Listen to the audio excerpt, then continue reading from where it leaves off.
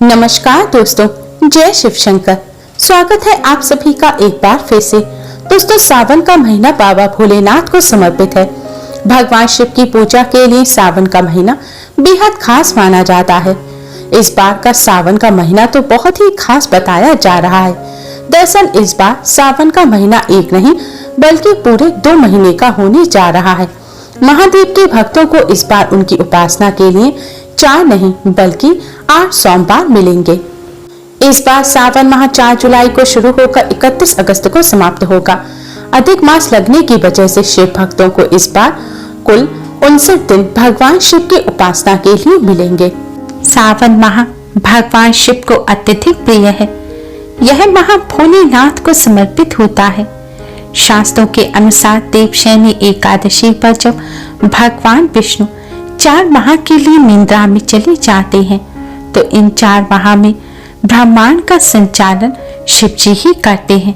इसलिए सावन माह में भोलेनाथ का विशेष रूप से पूजन किया जाता है।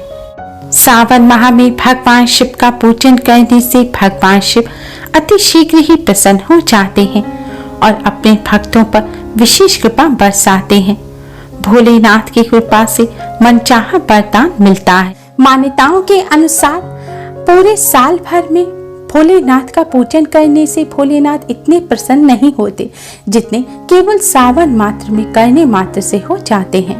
मान्यताओं के अनुसार अन्य मास की तुलना में सावन मास में भगवान भोलेनाथ का पूजन करने से 1000 गुना पुण्य फल की प्राप्ति होती है।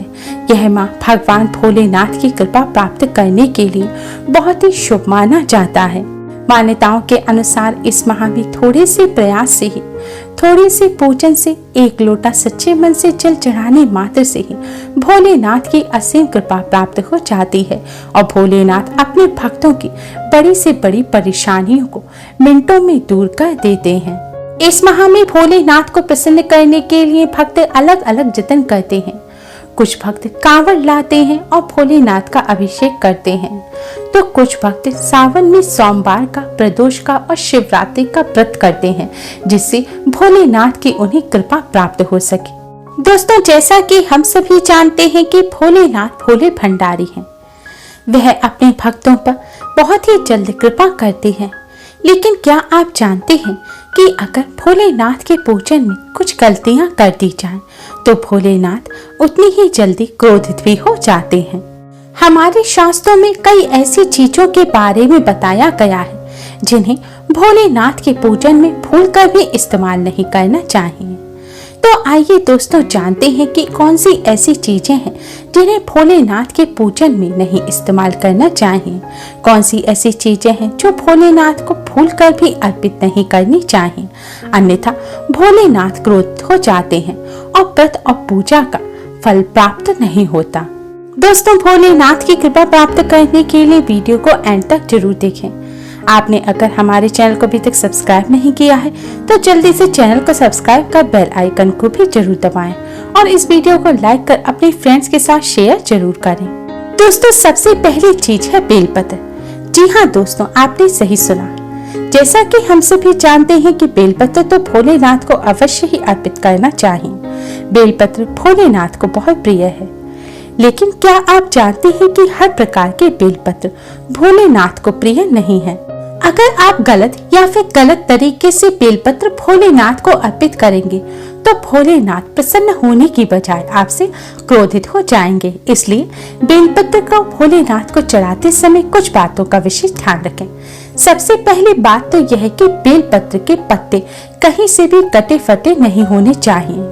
अगर बेलपत्र का पत्ता कटा फटा है या बेलपत्र पीले रंग का हो गया है तो आप ऐसे बेलपत्र को भूलकर भी भोलेनाथ को अर्पित ना करें। दूसरी बात, बेलपत्र हमेशा वही भोलेनाथ को अर्पित किया जाता है जो एक डंडे में 3 पत्ते लगे हुए होते हैं। कई बार देखा जाता है कि बेलपत्र 3 जुड़े हुए ना मिले तो लोग एक बेलपत्र का पत्ता ही भोलेनाथ को अर्पित कर देते हैं या एक्स्ट्रा टूट जाए तो उसको भोलेनाथ को अर्पित कर देते हैं। ऐसा भूलकर भी नहीं करना चाहिए। एक बेलपत्र का पत्ता आप भोलेनाथ को भूलकर भी अर्पित ना करें क्योंकि वह अपूर्ण होता है और अगर पूजन में आप अपूर्ण चीज चढ़ाएंगे भोलेनाथ को तो आपके पूजन का फल भी अपूर्ण रहेगा, यानी कि आपका पूजन पूर्ण नहीं माना जाएगा और आपको पूजन का पूर्ण फल भी प्राप्त नहीं होगा। इसलिए सदैव एक डंडे में जो 3 बेलपत्र जुड़े हुए हों वही बेलपत्र आप भोलेनाथ को अर्पित करें। बेलपत्र चढ़ाते समय आप उसकी उचित दिशा का ध्यान रखें। शिवलिंग पर बेलपत्र चढ़ाते समय पत्र की चिकनी सतह को आप शिवलिंग पर चढ़ाएं और जो डंडियों की तरफ है वह ऊपर की तरफ होनी चाहिए। बेलपत्र चढ़ाने से पहले आप बेलपत्र को जल से शुद्ध कर लें, उसके बाद ही भोलेनाथ को अर्पित करें। अधिकतर सावन के सोमवार या फिर शिवरात्रि के दिन ही भोलेनाथ को बेलपत्र अर्पित किया जाता है, लेकिन इस बात का विशेष ध्यान रखें कि सावन के सोमवार और किसी भी सोमवार या फिर शिवरात्रि के दिन बेलपत्र नहीं तोड़ना चाहिए। ऐसा करने से दोष लगता है, इसलिए पूजा से एक दिन पहले ही आप बेलपत्र तोड़कर रख लें।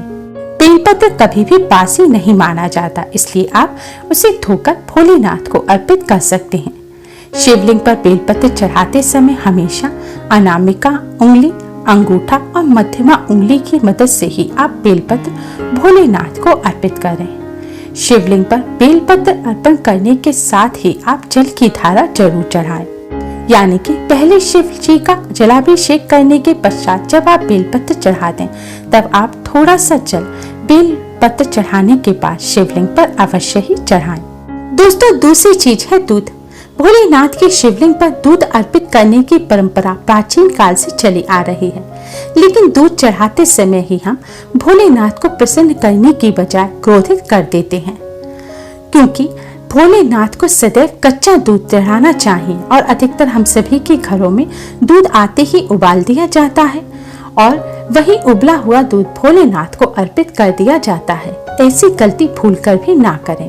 भोलेनाथ को सदैव कच्चा दूध अर्पित करें और हो सके तो गाय का दूध ही आप भोलेनाथ की शिवलिंग पर अर्पित करें, क्योंकि गाय के दूध को ही अमृत माना जाता है।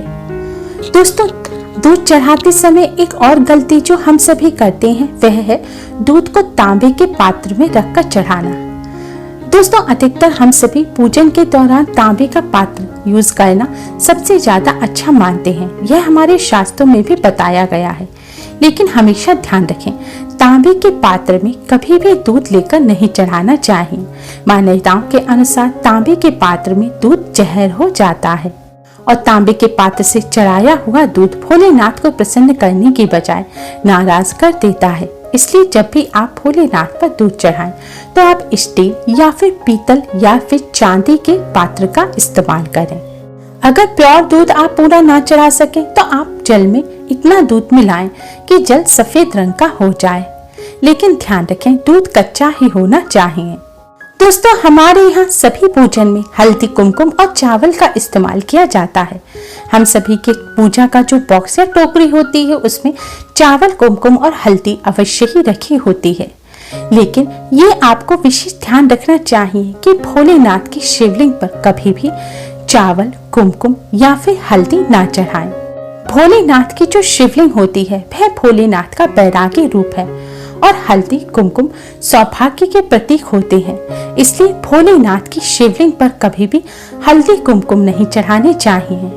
और चावल तो चढ़ा सकते हैं, लेकिन चावल चढ़ाते समय भी इस बात का विशेष ध्यान रखें कि चावल टूटे हुए नहीं होने चाहिए। चावल हमेशा साबुत जो चावल का दाना हो, जिसे अक्षत कहा जाता है, उसी को पवित्र माना जाता है। ऐसे चावल ही आप भोलेनाथ के शिवलिंग पर चढ़ा सकते हैं। अगर आप भोलेनाथ की प्रतिमा का पूजन कर रहे हैं, तस्वीर है, मूर्ति है, भगवान शिव जी का परिवार है, तो आप भोलेनाथ को हल्दी, कुमकुम से तिलक कर सकते हैं। हल्दी, कुमकुम केवल शिवलिंग पर नहीं चढ़ाई जाती, क्योंकि वह भोलेनाथ का बैरागी रूप है। तस्वीर और प्रतिमा पर आप हल्दी, कुमकुम चढ़ा सकते हैं। क्योंकि भोलेनाथ का शिवलिंग बैरागी रूप है, इसीलिए शिवलिंग पर कभी भी लाल रंग के पुष्प वगैरह भी नहीं चढ़ाने चाहिए। कोई भी ऐसी चीज जो सौभाग्य के प्रतीक होती है वह भोलेनाथ की शिवलिंग पर भूलकर भी अर्पित ना करें। दोस्तों, भगवान विष्णु जी को शंख अति प्रिय है और एकादशी के दिन खास तौर पर शंख से भगवान विष्णु जी का अभिषेक किया जाता है। लेकिन ध्यान रखें, कभी भी भोलेनाथ के पूजन में शंख का इस्तेमाल ना करें। शंख से कभी भी भोलेनाथ को जल अर्पित ना करें। शास्त्रों के अनुसार भोलेनाथ के पूजन में शंख वर्जित होता है। इसके साथ ही भोलेनाथ को कभी भी नारियल का पानी भी नहीं चढ़ाना चाहिए। भोलेनाथ को आप नारियल अर्पित कर सकते हैं, सूखा नारियल या फिर हरा नारियल भी अर्पित कर सकते हैं, लेकिन नारियल का जो पानी होता है वह कभी भी भोलेनाथ की शिवलिंग पर ना चढ़ाएं।